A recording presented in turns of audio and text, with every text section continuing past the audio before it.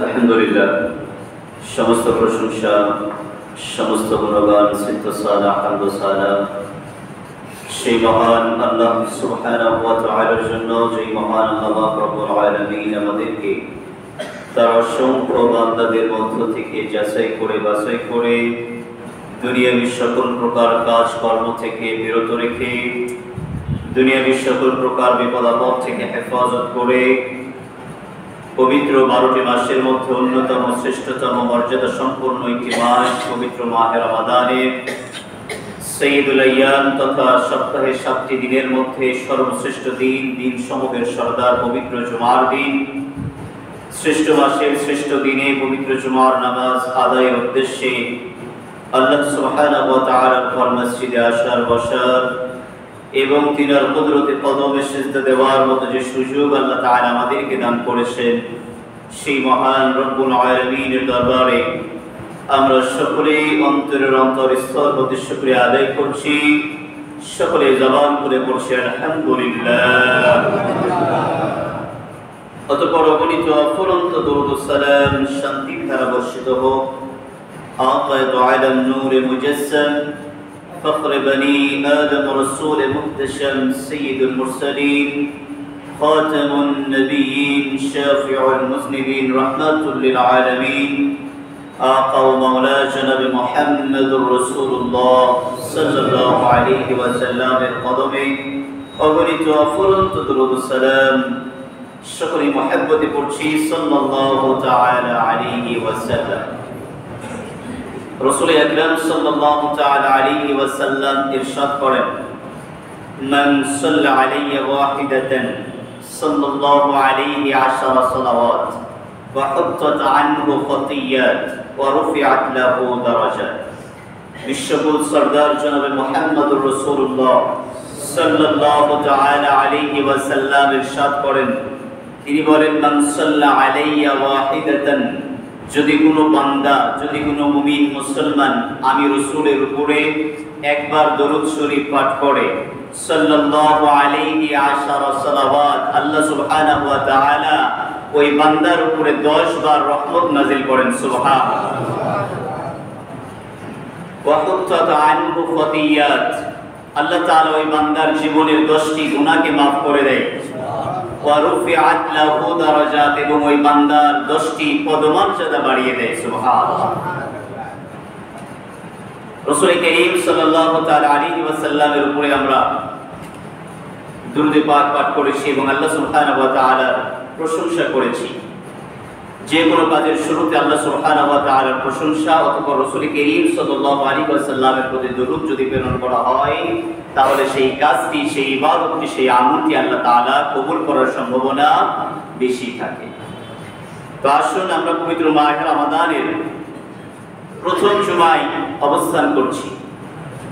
পবিত্র মাহে রমাদান মাস এটি সর্বশ্রেষ্ঠ মাস, সবচাইতে উত্তম মাস, সবচাইতে মর্যাদা সম্পন্ন মাস। এই মাসের মর্যাদা কত বেশি, কিতাবের মধ্যে এই মাসের শ্রেষ্ঠত্বের উদাহরণ দিতে গিয়ে বলা হয়েছে। আল্লাহ তাআলার তামাম সৃষ্টি জগতের মধ্যে, সমস্ত মাখলুকের মধ্যে যেইভাবে আল্লাহ তাআলা মানব জাতিকে শ্রেষ্ঠত্ব দান করেছেন, সমস্ত মানুষের মধ্যে যেইভাবে আল্লাহ তাআলা আদম আলাইহিস সালামকে শ্রেষ্ঠত্ব দান করেছেন, সমস্ত নবী এবং রাসূলের মধ্যে যেইভাবে আপনার আমার নবী মুহাম্মদুর রাসূলুল্লাহ সাল্লাল্লাহু আলাইহি ওয়াসাল্লামকে শ্রেষ্ঠত্ব দান করেছে, সমস্ত উপত্যকার মধ্যে যেইভাবে বাইতুল মুকাদ্দাসকে আল্লাহ তাআলা শ্রেষ্ঠত্ব দান করেছে, সমস্ত শহরের মধ্যে যেইভাবে আল্লাহ তাআলা মক্কা শহরকে শ্রেষ্ঠত্ব দান করেছে, সমস্ত লাঠির মধ্যে মুসা আলাইহিস সালামের লাঠি যেইভাবে সবচাইতে শ্রেষ্ঠ, সমস্ত মাছের মধ্যে যেইভাবে ইউনূস আলাইহিস সালামকে যেই মাছ পেটে ধারণ করেছিল ওই মাছ শ্রেষ্ঠ, ঠিক তেমনি ভাবে আল্লাহর সমস্ত মাস সমূহের মধ্যে মাহে রমাদান মাস শ্রেষ্ঠ বলে। সুবহানাল্লাহ। আল্লামা ইবনে জাওজি রাহমাতুল্লাহি আলাইহি তিনি তার মত ব্যক্ত করেছেন।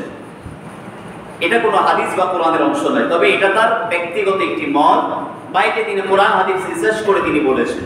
আল্লামা ইবনে জাওজি রাহমাতুল্লাহি আলাইহি তিনি রমজানের শ্রেষ্ঠত্বের উদাহরণ দিতে গিয়ে তিনি বলেছেন, হযরত ইয়াকুব আলাইহিস সালামকে আল্লাহ তাআলা যেইভাবে 12টি সন্তান দান করেছিলেন, এই 12টি সন্তানের মধ্যে যেই রকম ইউসুফ আলাইহিস সালাম সবচাইতে পিতার নিকটে সম্মানী ছিল, মর্যাদা সম্পন্ন ছিল, ভালোবাসার ছিল, আর এই একজন সন্তানের কারণে বাকি 11 ভাইয়ের ভুলগুলোকে পিতা ইয়াকুব আলাইহিস সালাম মাফ করে দিয়েছিলেন। আল্লামা ইবনে জাওজি তার মত ব্যক্ত করে বলছেন, আল্লাহ পাক রব্বুল আলামিন এই মাহে রমাদানের একটা মাসের উসিলায় বান্দার বাকি 11 মাসের গুনাহগুলো মাফ করে দিবে বলে সুবহানাল্লাহ।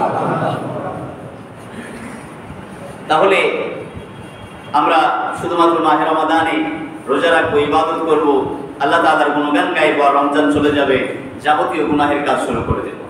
কেননা একটা মাসে তো সব মাফ হয়ে যাবে। সুতরাং 11 মাস আমরা গুনাহ করব, আর একটি মাস আমরা কি করব? শুধুমাত্র নেকি অর্জন করব। তাহলে আমাদের সব গুনাহ মাফ হয়ে যাবে। এমনটা করা যাবে না, কারণ আপনি যে রমজান পাবেন এর কোনো নিশ্চয়তা নাই। আপনার রমজানের রোজা যে কবুল হচ্ছে কিনা এটার তো কোনো গ্যারান্টি নাই। যদি মাহে রমজানের রোজা কবুল হয় তবেই এই ফজিলত আল্লাহ তাআলা দান করবেন। তাহলে আসল মাহে রমজান যেহেতু আমরা পেয়েছি, এই মাহে রমাদানের রোজা আল্লাহ তাআলা আমাদের জন্য ফরজ করেছেন। রাসূল কারীম আলাইহিস সালাতু ওয়াস সালাম এক হাদিসে মুবারাকার অংশে বলেছেন, ওয়া সামা নাহারাহু ওয়া কামা লাইলাহু ওয়া হাফিযা জাওয়ারিহাহু। হুজুর সরওয়ারে কায়নাত সাল্লাল্লাহু তাআলা আলাইহি ওয়াসাল্লাম তিনি বলেছেন, পবিত্র মাহে রমাদানে যে ব্যক্তি দিনের বেলায় রোজা রাখবে এবং রাত্রি বেলায় কিয়াম করবে, অর্থাৎ সালাতুত তারাবিহ আদায় করবে, ওয়া হাফিযা জাওয়ারিহাহু, এবং এই মাসের যাবতীয় হুকুম আহকাম বিধানগুলো মান্য করবে, এটাকে হেফাজত করবে, আঁকড়ে ধরবে, এটাকে সংরক্ষণ করবে। খরাজা মির রমাদান, রমজান মাস চলে যাবে, ওয়ালাইসা আলাইহি যামবুন ইয়াতলুবুল্লাহু বিহি, বান্দার জীবনে আর কোনো গুনাহ থাকবে না, আল্লাহ তাআলা ওই বান্দাকে বিনা হিসাবে আল্লাহর জান্নাত দান করে দিবেন বলে সুবহানাল্লাহ।